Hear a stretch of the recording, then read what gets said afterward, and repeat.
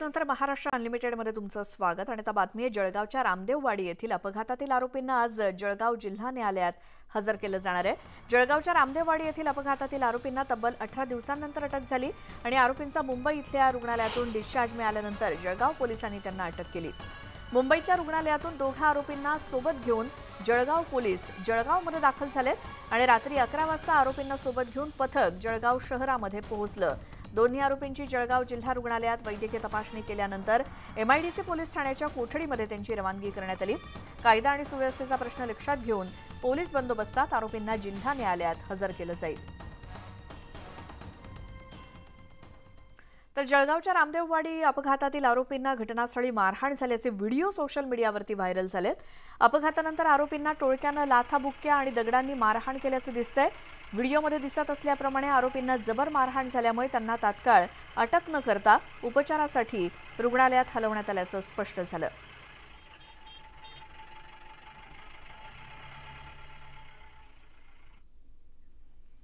तर रामदेववाडीतील अपघातावरती मंत्री अनिल पाटील यांनी प्रतिक्रिया दिली आहे। जळगावातील अपघात दुर्दैवी आहे, कायद्याच्या चौकटीत सगळे सारखेच आहेत, त्यामुळे पोलीस योग्य ती कारवाई करतील अशी प्रतिक्रिया अनिल पाटील यांनी दिली।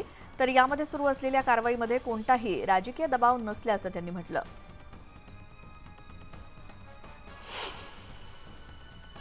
मुळामध्ये रामदेववाडीचा जो प्रकार झालेला आहे, ऍक्सिडेंट होता, तो दुर्दैवी घटना होती। त्याच्यामध्ये जवळपास 3 ते 4 लोक मृत्युमुखी पडलेले आहेत। त्याच्यामुळे ती दुर्दैवी घटना होती, ही याच्या बाबतीमध्ये शंकाच नाही।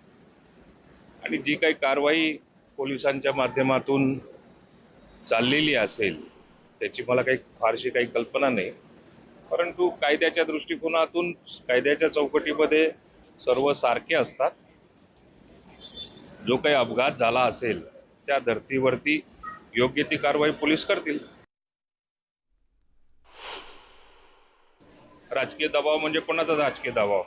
ऍक्सिडेंट झालेला ही वस्तुस्थिती आहे। त्या ज्यांच्या हातून तो ऍक्सिडेंट झालेला असेल किंवा निष्पन्न ज्याच्या बाबतीत निघालेला असेल त्या बाबतीमध्ये पोलिसांची जी काही कारवाई चाललेली आहे त्याच्यामध्ये कोणी थांबवलेलं आहे? थांबवण्याचं काही कारण पण नाही। शेवटी दुर्दैवी घटना जी झालेली आहे तिचं समर्थन काही कोणी करणार नाही।